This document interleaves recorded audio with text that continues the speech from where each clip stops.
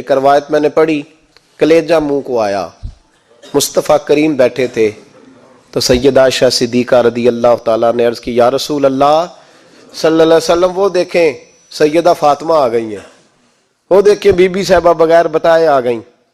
حضرت فاطمہ الزہرا آئی تو حضور نے فرمایا فاطمہ بغیر اطلاع کے؟ حضور چھوٹا سا کام تھا، کیسے آئی ہو؟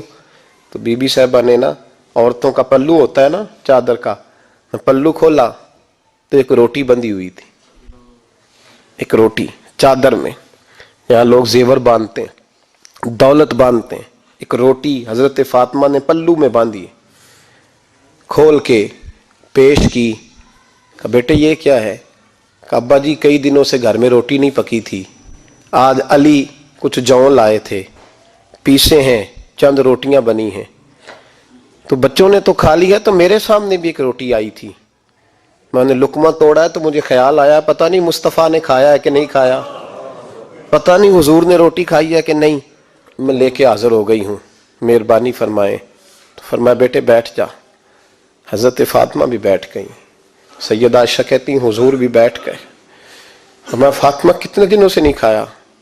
عرض کی حضور 3 دن سے۔ فرمایا بیٹے میں نے 5 دن سے نہیں کھایا، آ جا۔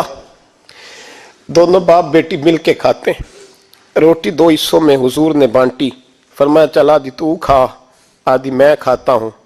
حضرت فاطمہ نے لقمہ توڑ کے منہ میں رکھا تو رو پڑی، حضور 5 دن سے نہیں کھائی۔ فرمایا بیٹے چپ کر، ہمارا دنیا سے کیا تعلق، ایک پل رہ گیا ہے، بس اللہ پھر جنت کی ساری نعمتیں عطا فرمائے، رونے والی بات ہی نہیں ہے اس میں، بس ہمارا کیا تعلق، ایک پل ہے، پھر مالک بڑا کچھ عطا کرے گا۔ او بھائی، جو کائنات کے مالک و مختار تھے، جو ابرو کا اشارہ کریں تو حضرت جبریل جنت کی نعمتیں لے کے آ جائیں، انہوں نے تو دنیا کی جانب توجہ ہی نہیں کی، ان کا تو خیال ہی نہیں آیا، دنیا ہی دنیا، دولت ہی دولت، ہر آدمی دولت کے ترازو میں تلنے لگا ہے۔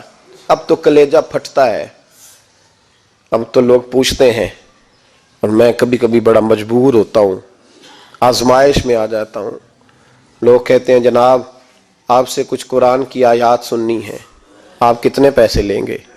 کچھ حدیثیں سننی ہیں، کیا اس کا معاوضہ ہوگا؟ آپ سے اس نبی کا نام سننا ہے جس کا آپ کھاتے ہیں، جس کے نام پر آپ نے عزتیں لی ہیں، ان کا نام سننا ہے، آپ کا ریٹ کتنا ہے، آپ کتنے میں بیچیں گے؟ وہ نعت جو غذا ہے وہ کتنے میں بکے گی؟ جب دنیا داری کا یہ حشر ہو جائے کہ وہ رسول اگر ان کا نام نہ رہے تو ہماری سانسیں ہی نہ چلیں،